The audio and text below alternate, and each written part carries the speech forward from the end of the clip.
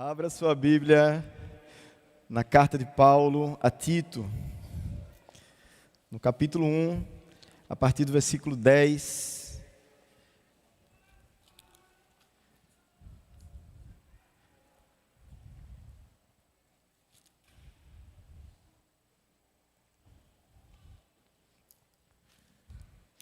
Até o versículo 16.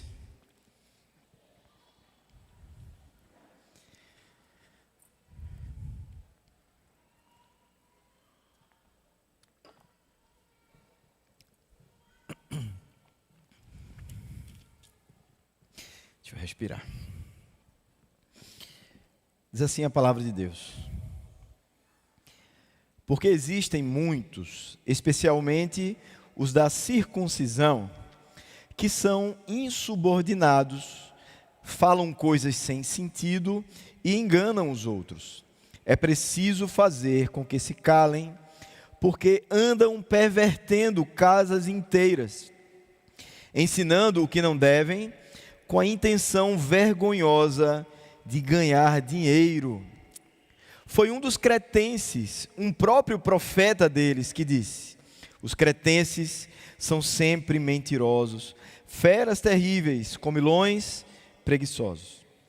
Este testemunho é verdadeiro, portanto, repreenda-os severamente, para que sejam sadios na fé e nem se ocupem com fábulas judaicas, nem com mandamentos de gente que se desvia da verdade.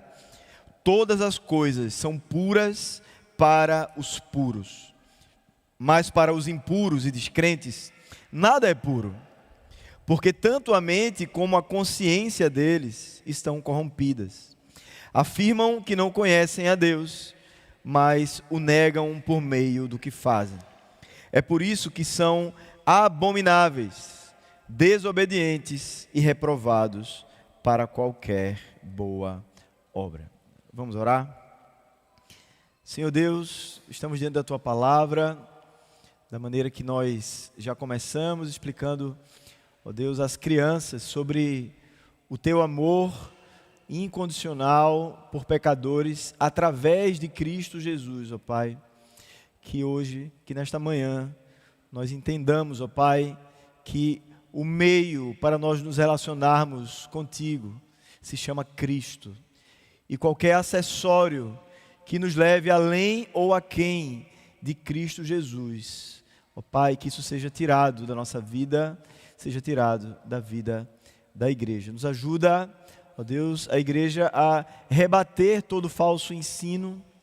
Ajuda a liderança da igreja na dependência do Teu Santo Espírito e no uso dos Seus dons, fazer calar tudo aquilo que não vem de Ti no dia a dia da vida do Teu povo. Assim nós te oramos, em nome de Jesus. Amém. Meus irmãos, relembrando um pouco do contexto que temos ouvido nos últimos domingos aqui pela manhã, sobre a igreja em Creta, onde Tito havia sido enviado, é necessário que nós nos lembremos da desordem que havia naquela igreja ali e em igrejas também ao redor na ilha de Creta. Há falsos mestres cretenses, eles estavam ali ganhando espaço para pregar um falso evangelho, um evangelho legalista, um evangelho que focava muito mais nas leis cerimoniais do Antigo Testamento.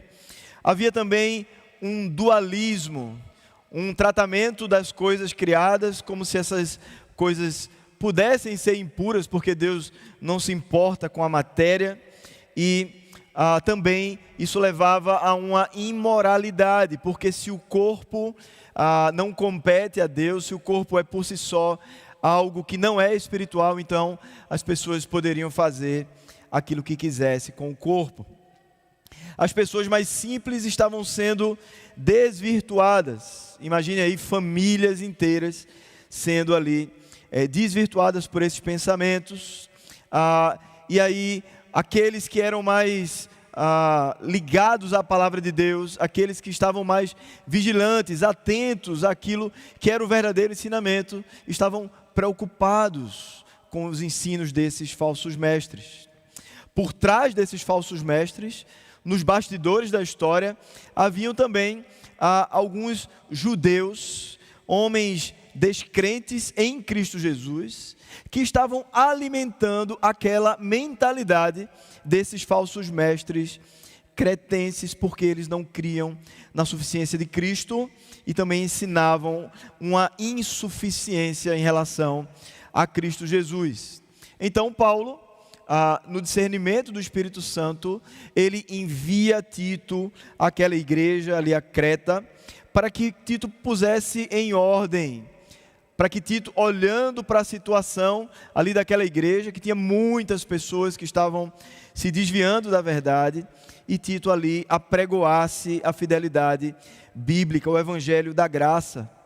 E para isso, ele levantasse ali presbíteros, ele observasse homens de Deus, homens fiéis ao Senhor, e esses homens fossem eleitos para, juntamente com Tito, eles rebaterem todo falso ensino e promovessem uma verdadeira espiritualidade ali naquela igreja. Então, diante desse contexto, convido você a olhar alguns detalhes dessa exortação do apóstolo Paulo, que ele pede que Tito leve aos cretenses. E essa exortação, ela está do versículo 10 ao versículo 16. Então, começando, irmãos, pelo versículo 10, você pode acompanhar aí na sua Bíblia. O apóstolo Paulo, ele começa usando a palavra porquê, remetendo a tudo que eu falei agora aqui nesse contexto. Pelo fato de haver falso ensino, pelo fato de haver desvirtuamento da fé, pelo fato da cultura cretense estar ali assediando a igreja do Senhor, é por causa disso que você, Tito, e os presbíteros que serão levantados, vocês vão precisar rebater a muitos. Veja o que diz no texto: existem muitos.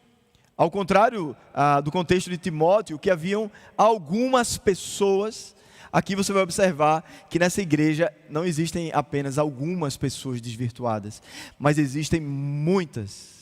Já pensou que tragédia para uma igreja, quando a sua maioria é feita de pessoas que não estão enxergando a verdade bíblica? Existem muitos, especialmente os da circuncisão, ou seja, cretenses, judaizantes, falsos mestres, como eu falei aqui, alimentados por judeus incrédulos, estavam pregando ali naquela igreja a necessidade do cumprimento de várias regras, especialmente os da circuncisão, que são insubordinados. O que dá a ideia aqui de que Paulo já havia exortado essas pessoas, que alguns irmãos provavelmente já haviam exortado esses falsos mestres, mas eles não obedeciam à palavra de Deus, eles eram insubordinados, falam coisas sem sentido, bem característico dos nossos dias. Por exemplo, quando nós ouvimos as explicações que o movimento progressista vai dar em relação a tantos temas que nos contorcem o coração quando nós assistimos os noticiários. Quando nós ouvimos falar, por exemplo, sobre o aborto e os argumentos que são ali dados em defesa do aborto, o nosso coração ele vai se contorcendo, porque são argumentos sem sentido. Não apenas os argumentos sobre aborto, mas tantos outros temas que têm sido caros ao movimento progressista, mas que quando nós olhamos pela simples lógica, nós vemos que não se sustentam tais argumentos. E quando nós olhamos pela inteligência da fé bíblica, aí que nada disso faz sentido. Essas pessoas ali falavam coisas sem sentido, porque não enxergavam Cristo e o cumprimento da lei em Cristo Jesus, e eles sustentavam argumentos sem qualquer lógica, qualquer raciocínio aceitável. E com isso eles enganavam os outros, como diz aí no final do versículo 10. E essa é uma denúncia muito séria que está sendo dada aqui pelo apóstolo Paulo. Essas pessoas não apenas creem de forma errada, elas não apenas negam a verdadeira fé, elas não apenas negam Cristo, mas elas são enganadoras das famílias. Elas estão por aí fazendo a cabeça de pessoas que estavam caminhando bem. Então, qual é a conclusão do apóstolo Paulo? O que é preciso ser feito quando isso começa a acontecer no meio da igreja? Versículo 11. É preciso fazer com que se calem. E aí, lendo de primeira, você pode pensar que Paulo está sendo um tanto quanto violento. Porque de que maneira eu posso fazer alguém se calar? Será que Paulo aqui está falando de meios violentos para que as pessoas se calem? É claro que não. Quando nós acompanhamos as cartas pastorais, nós vemos que a arma do apóstolo Paulo para que os insubordinados se calem está na pregação do verdadeiro evangelho, no ensino da sã doutrina, no uso do dom presbiteral de ser exemplo de vida, exemplo de fé, mas também de serem argumentadores favoráveis à palavra de Deus. Aqueles que conseguem, através de um argumento lúcido, de um argumento lógico, de um argumento bíblico, olhar para o que está acontecendo e através, na dependência do Espírito Santo, do uso das palavras, fazer calar aqueles que são ignorantes. Isso também tem muito a ver com os nossos dias. Talvez Deus queira levantar pessoas nos nossos dias para continuar argumentando diante das falsidades que se levantam na nossa cultura, em nosso meio. É tanto discurso sem sentido, irmãos. Você tem acompanhado isso. Eu tenho ouvido irmãos que estão tristes. Na reunião de oração, um irmão muito amado, que não é tendente às polêmicas, pelo menos nesse sentido político, ele falou que finalmente, no sentido negativo, o vírus do descontentamento em relação às ideologias políticas havia alcançado o seu coração. E esse irmão estava inconformado com as últimas notícias das coisas que estão acontecendo na nossa nação. O que faremos para ajudar esse irmão? Ou o que esse irmão pode fazer? Ou o que a igreja do Senhor pode fazer diante disso? Nós devemos nos munir da verdade. Devemos aprender a argumentar diante daquilo que é falso. Nós devemos, por que não, nos treinar ou sermos treinados pela igreja do Senhor, para que onde quer que nós estejamos, nós possamos argumentar, nós possamos falar, nós possamos convencer no Espírito Santo de Deus sobre as mentiras que têm sido anunciadas em nossos dias. É preciso fazer com que se calem, porque andam pervertendo casas inteiras. Como eu falei, famílias inteiras. Imagina aí uma família da igreja muito amada, uma família antiga da igreja, onde o pai é um homem de Deus, onde a mãe é uma mulher de Deus, onde os filhos são piedosos. E de repente essa família começa a receber a visita. Tem alguns irmãos ali que sabem se chegar, sabem fazer amizade, mas estão ali se infiltrando no contexto daquela família. E começam a sugerir uma mentira aqui, uma mentira ali, e vão fomentando aos poucos todo tipo de engano, todo tipo de descontentamento em relação à suficiência de Cristo, porque esse era o ponto aqui. Cristo não é suficiente, e eu vou mostrar para vocês. Era esse o ensino desses falsos mestres. Eles também ensinavam que não importava aquilo que as pessoas faziam com o seu corpo, As coisas da natureza eram impuras. Isso mudava a cosmovisão daquelas famílias que anteriormente estavam vendo as coisas com os olhos de Deus e a partir das mentiras perdiam a visão espiritual, perdiam a visão ampla, a visão completa que a palavra de Deus traz e trocavam aquilo que era sadio por uma doença dentro da sua própria família. Por isso é preciso fazê-los calar, porque eles andam ensinando o que não devem. E o que é que deveria ser ensinado no lugar disso? O que deve ser ensinado no lugar disso e que é função presbiteral. E aqui entendendo que pastores e presbíteros estão dentro aqui dessa exortação, o que deve ser ensinado é a simplicidade do Evangelho.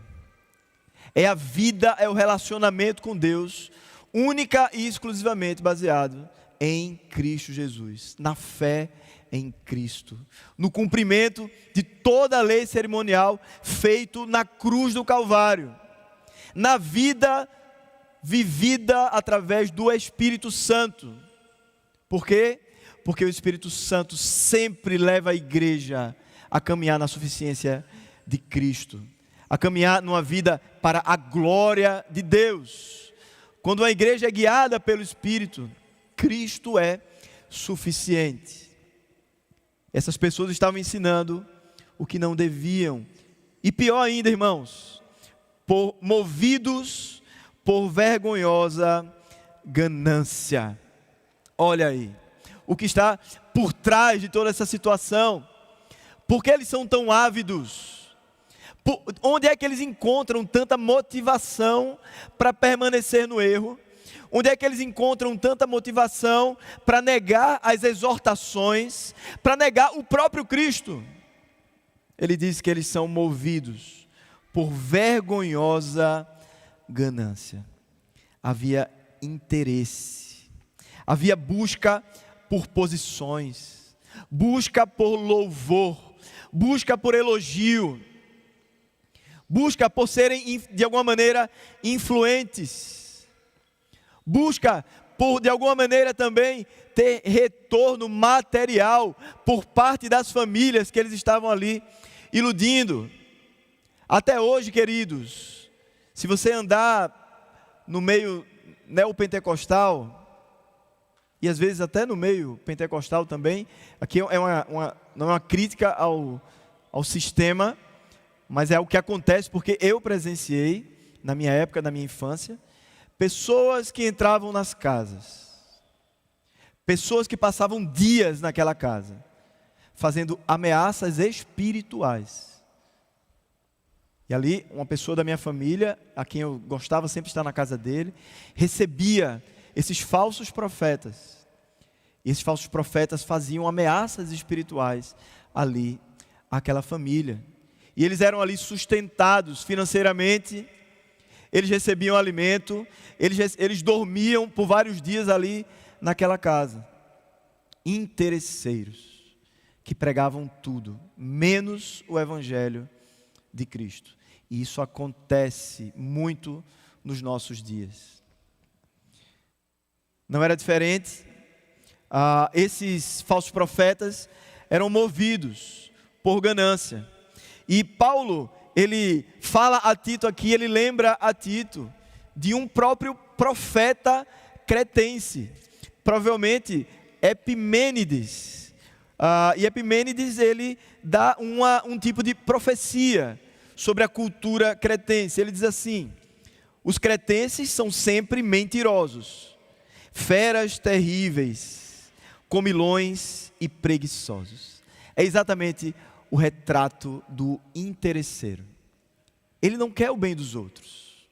Quando é necessário para que eles defendam o seu bem-estar, eles são até violentos. Eles mentem, por mais que eles já houvessem ouvido a verdade, por mais que fosse óbvio que Cristo já havia cumprido todas as coisas, mas eles abandonavam a verdade, porque era mais vantajoso para eles permanecer na mentira. Então, no final de tudo, não era apenas uma questão de análise teórica a respeito de se Cristo é ou não o Messias que vem cumprir todas as coisas. Por trás de uma falsa compreensão da verdade, existe um pecado do coração. Muitas vezes, até mesmo entre os regenerados, nós não compreendemos uma doutrina. Sabe por quê? Porque existe um interesse do nosso coração de que a gente não entenda. Porque de alguma maneira nós queremos nos manter tendo as vantagens que aquele pecado nos dá. E esse era o problema dos cretenses aqui. E olha que Paulo, eu sei que ele sabe que alguns desses nem crentes são. Mas ele vai exortar aqui na possibilidade de alguns desses ainda serem crentes. Ele vai falar lá no final. Então, tanto incrédulos, eles são levados pelas intenções do seu coração. Não é apenas uma questão teórica de má compreensão, mas é uma intenção errada do coração. Como os próprios crentes estavam sendo deixados a serem enganados por causa de intenções pecaminosas do seu coração. Cretenses sempre mentirosos, feras terríveis, comilões e preguiçosos, idólatras dos prazeres. O apóstolo Paulo, no versículo 13, ele diz: esse profeta está certo. Ele não é um profeta bíblico, ele não é um profeta inspirado, mas quando um descrente diz uma verdade, nós não podemos dizer que aquela verdade é mentira, porque toda verdade é verdade de Deus. Epimênides diz, e o apóstolo Paulo diz: este testemunho é verdadeiro. E então, queridos, o que é que deve ser feito diante desse fato? Se por acaso você olha para a igreja no Brasil e você percebe todo esse movimento também acontecendo no Brasil, você percebe também a influência de uma cultura que se instala na nossa nação. O que é que nós devemos fazer diante disso? O apóstolo Paulo diz: portanto, repreenda-os severamente. Repreenda-os severamente. É claro que aqui, queridos, a ideia é de que os passos naturais da repreensão já haviam sido dados. A conversa pessoal provavelmente já havia acontecido e eles permaneciam no erro. A conversa com uma testemunha do lado provavelmente já havia acontecido. Irmãos em grupo já poderiam ter ido lá para exortar, mas essas pessoas, elas eram incorrigíveis. Então o apóstolo Paulo diz: repreenda-os agora de forma severa. Alguns acham que a igreja não deve fazer isso. Alguns acham que a igreja ela deve ser tão amável ao ponto de nunca usar de um amor mais firme. Sempre chegar junto, aquela coisa, enrolando de todos os lados para poder, no final, dizer uma verdade, mas às vezes até uma meia verdade, para não ofender ali aquele irmão.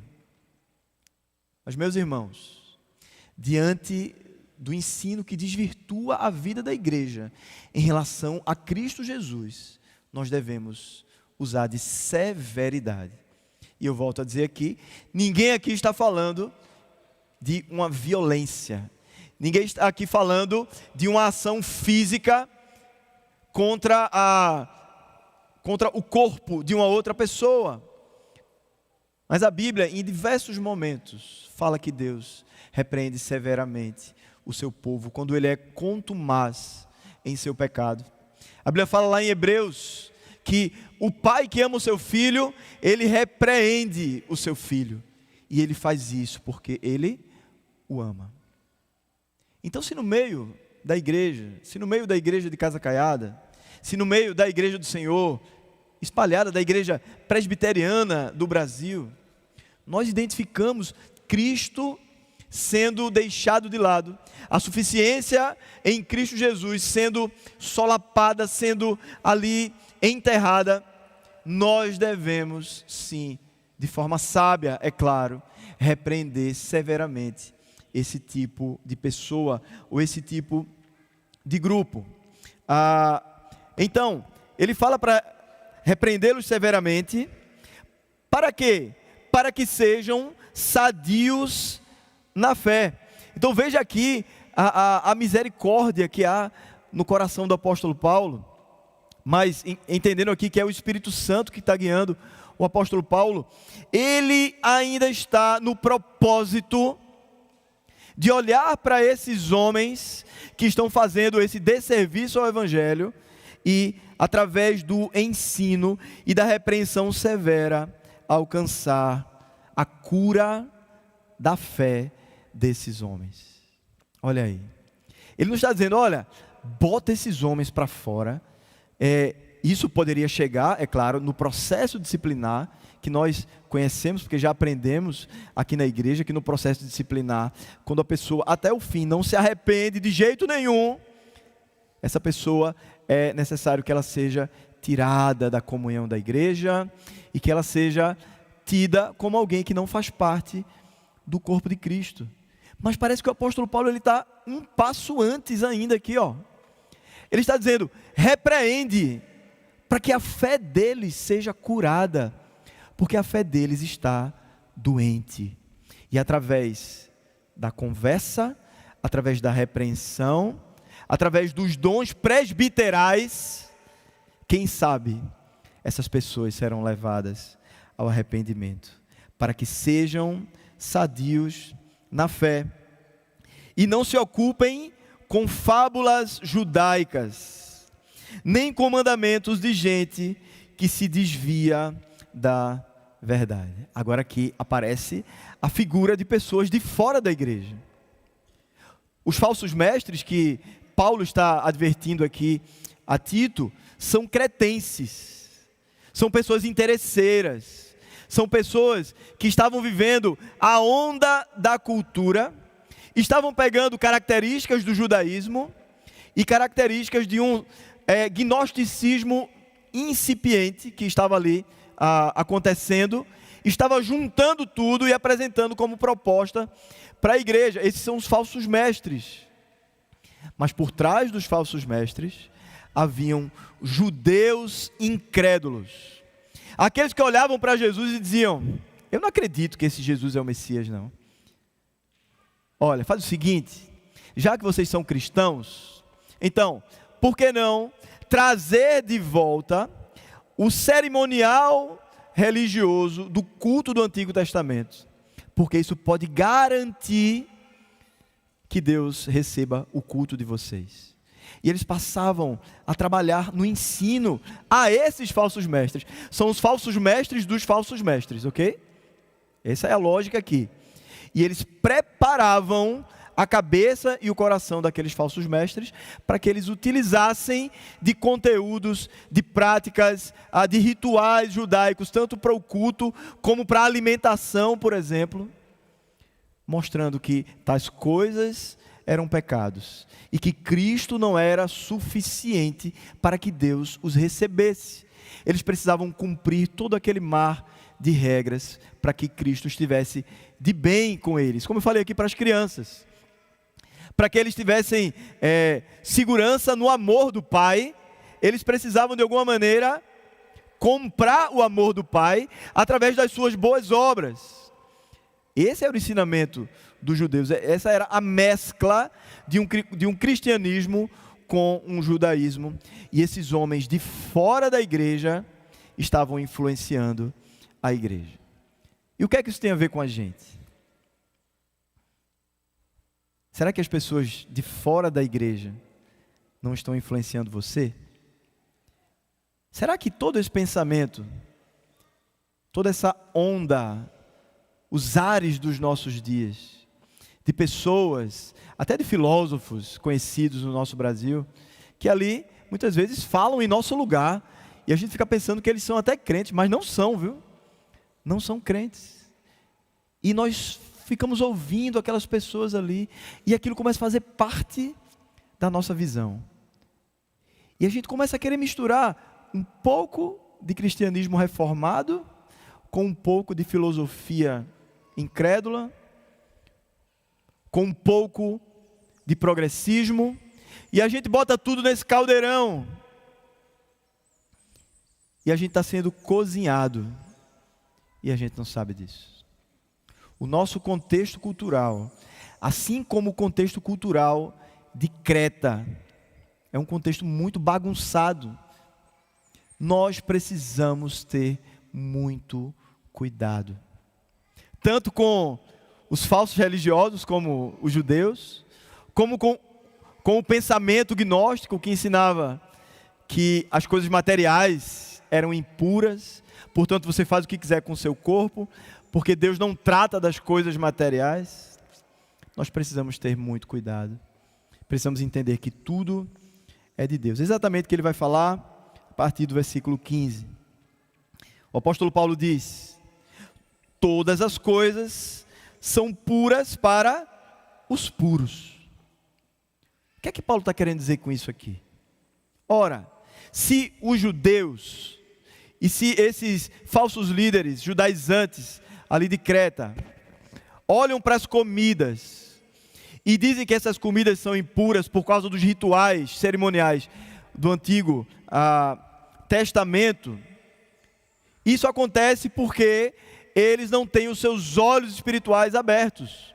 Mas aqueles que têm os olhos espirituais abertos já entenderam uma coisa: de que Deus criou todas as coisas, de que esse corpo, que é o seu corpo, foi criado por Deus, por isso ele é santo. Por isso essa natureza linda, que a gente olha ao nosso redor, ou quando você viaja e tem o privilégio de olhar como a natureza é algo fantástico, e você diz, isso só pode ter sido criado por Deus. Os nossos olhos espirituais foram abertos, e nós vivemos corandel, nós vemos Deus em todas as coisas, nós estamos diante da face de Deus, que se revela em tudo aquilo que Ele criou. Tudo é santo para Deus, então para nós tudo também se torna santo. Não existe alimento impuro, não existe corpo impuro, como estavam pregando esses pretensos aí, gnósticos, que estavam misturando o cristianismo, e por isso eles tinham uma moralidade tão baixa, e por isso eles queriam trazer também as cerimônias e as regras cerimoniais, proibindo a alimentação em relação a certos animais, ali como prescrevia na regra cerimonial do Antigo Testamento. Então, para aquele que nasceu de novo, essa pessoa tem uma visão renovada. Ele é um ex-cego espiritual. Quando ele não via as coisas de Deus, ele também pensava da mesma maneira. Mas quando seus olhos espirituais foram abertos, ele entende que toda a vida é uma vida de adoração ao Senhor. Mas Paulo continua dizendo: mas para os impuros e descrentes, nada é puro. Para aqueles que não veem, para aqueles que não sabem que Deus é o Senhor de todas as coisas, nada é puro. Eles são indiferentes quanto ao corpo, pois para eles o corpo é impuro, e eles são legalistas quanto às cerimônias, para não entrar coisas impuras nas cerimônias. Portanto, tanto a moralidade deles é baixa, como os atos litúrgicos deles não entendem a grande verdade de que Jesus já cumpriu toda a lei cerimonial. Então Paulo continua dizendo: porque tanto a mente como a consciência deles estão corrompidas. E eis a razão, porque muitos deles permanecem nos falsos ensinos. É porque não houve novo nascimento. Muitas vezes nós batalhamos para que alguém se converta. Muitas vezes nós batalhamos para que algumas pessoas que nós temos como irmãos em Cristo, para que eles finalmente Vejam o que está óbvio, aquilo que a palavra de Deus ensina tão claramente. E a gente trabalha na vida daquelas pessoas, mas muitas vezes eles insistem em permanecer longe de Cristo. Sabe por quê? Porque o coração deles está corrompido, a mente e a consciência está corrompido. Aqui nesse contexto significava que, como eles olhavam a natureza como impura e o próprio corpo deles como impuro, então o que é que dizia a lei cerimonial? Essas coisas não podem ser comidas, essas coisas não podem ser levadas ao culto, porque essas coisas são impuras. Isso trazia um peso na consciência deles. É isso que o texto está falando aqui. Então o que é que eles faziam? Eu não como tal coisa, porque essa coisa é pecado comer, sendo que através de Cristo, Cristo já pagou o preço na cruz e já cumpriu aquilo que era sombra no Antigo Testamento. Então hoje nós podemos comer todas as coisas, mas a consciência deles pesava, então eles não comiam. E pior do que isso, eles passavam a ensinar para a igreja que comer aquelas coisas era pecado, que depender somente de Cristo como meio para ver o culto, para ver minha adoração diária, era algo insuficiente. Então eles tinham um peso na consciência em relação a depender somente de Cristo. Esse é o ponto. E eles passavam a ensinar isso para as pessoas que quando se converteram, não tinham esse peso na consciência, mas esses falsos mestres começavam a colocar o fardo deles nas costas daquelas famílias, nas costas daqueles irmãos. Então os irmãos não conseguiam mais ficar contentes somente em Cristo. Eles precisavam de acessórios litúrgicos, para que eles finalmente na sua consciência dissessem: agora eu acho que Deus recebeu minha adoração. Nós não devemos ser assim, irmãos. Seja lá o que você acha que é necessário para que Cristo te receba. Entenda que o sacrifício da cruz de Cristo Jesus é tudo o que é necessário para que você seja aceito por Deus. Isso aqui também não é uma pregação de que você, se você está pecando em alguma área da sua vida, você deva permanecer no pecado, não é isso. Sobre pecado, a Bíblia é muito clara. Você deve se arrepender, sim, dos seus pecados. Contudo, a cruz de Cristo Jesus é o único meio para que sejamos aceitos por Deus. É por isso que o apóstolo Pedro, ele vai dizer que se nós queremos nos achegar a Deus, mas nós somos pecadores, e ele diz que nós somos pecadores, ele diz: olha, vá até Deus, porque nós temos um advogado, Jesus Cristo, o justo, ou seja, aquele que foi justo e perfeito no nosso lugar. Vá até Cristo Jesus e seus pecados serão perdoados.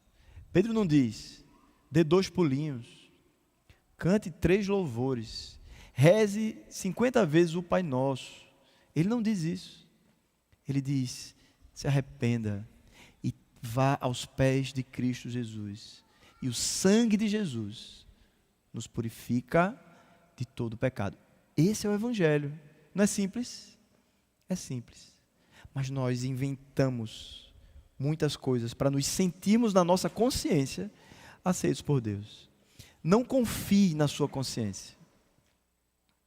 Ensine a sua consciência a ser sensível às coisas verdadeiras, porque ela pode estar sinalizando falsidades através de um treinamento errado que você fez. Então a sua consciência começa a dizer que algumas coisas são pecados sem ser. E isso é tão pecado quanto a imoralidade. A devassidão do corpo era um pecado cretense. Mas também querer ser mais crente do que Jesus era outro pecado cretense. Nós temos um caminho só, o caminho é reto. É Cristo, o tempo inteiro. Nem além, nem aquém. O nosso caminho é Cristo Jesus. Então, para os impuros e descrentes nada é puro, porque a mente e a consciência deles estão corrompidas. E para terminar, versículo 16, aquilo que é pior ainda: eles afirmam que conhecem a Deus, mas o negam por meio do que fazem. E aqui o apóstolo Paulo, ele está encerrando, falando daquele grupo dos judeus que nem são da igreja, mas estão ali, é como se hoje fosse no YouTube, ou vendendo um curso online. Às vezes a igreja é alimentada por pessoas de fora, não é verdade, irmãos? Às vezes você liga a sua TV, a TV aberta, no canal, eu não vou dizer os canais aqui, senão você vai saber quem são os profetas que você aí pode estar ouvindo. E aí você ouve aquela multidão de profetas, e aí depois vem para a igreja. Aí quando começa a ouvir o que o pastor está falando na igreja, você começa a achar estranho. Por quê? Porque o seu ouvido, ele está treinado a ouvir durante a semana inteira coisas diferentes da sã doutrina. Então você chega aqui achando tudo muito estranho, não é? Pode ser que isso aconteça. Cuidado com os cursos que você entra aí na internet, com os treinamentos daqueles coaches que aparecem lá, oferecendo alguma coisa lá para você fazer. Tenha cuidado, tenha muito cuidado, avalie muito bem antes. Paulo está falando aí com esses treinadores, e eles dizem que eles negam a Jesus. Afirmam que conhecem a Deus, mas o negam por meio do que fazem. E por isso eles são abomináveis, desobedientes e reprovados por qualquer boa obra. Veja aqui que certamente esses judeus, eles não têm uma moralidade alta. Mas o ponto que está sendo aqui colocado como erro desses judeus é, em sentido religioso, eles fabricarem um estilo de vida religioso que nega a Cristo. Sendo que na nossa cabeça brasileira, pecado tem muito mais a ver com as questões mais famosas que nós temos como pecado, como as questões sexuais, como alguém matar uma outra pessoa, alguém ser violento com alguém, ou alguém mentir. São os pecados que nós aceitamos mais rápido de que aquilo ali é pecado. Contudo, o pecado desses falsos mestres aqui era negar a verdade, negar Cristo. Jesus veio, ele cumpriu todas as profecias, ele foi perfeito. Tudo na Bíblia do Antigo Testamento apontava para ele. Ele veio e ele mostrou quem ele era, 100% homem, 100% Deus, o Filho de Deus, aquele que morreu pelos nossos pecados, que ressuscitou ao terceiro dia e que voltará para estar com a sua igreja para todo sempre. Quando alguém nega isso, irmãos, isso é o maior dos pecados. Então, não é a questão sexual o maior dos pecados. Não é porque fulano matou alguém que esse é o maior dos pecados. Não é a mentira que foi contada ou a traição. Não. O maior dos pecados é negar Jesus. Essa é a blasfêmia contra o Espírito Santo. É contra isso que não há perdão. Quando alguém permanece incrédulo a respeito de Jesus Cristo.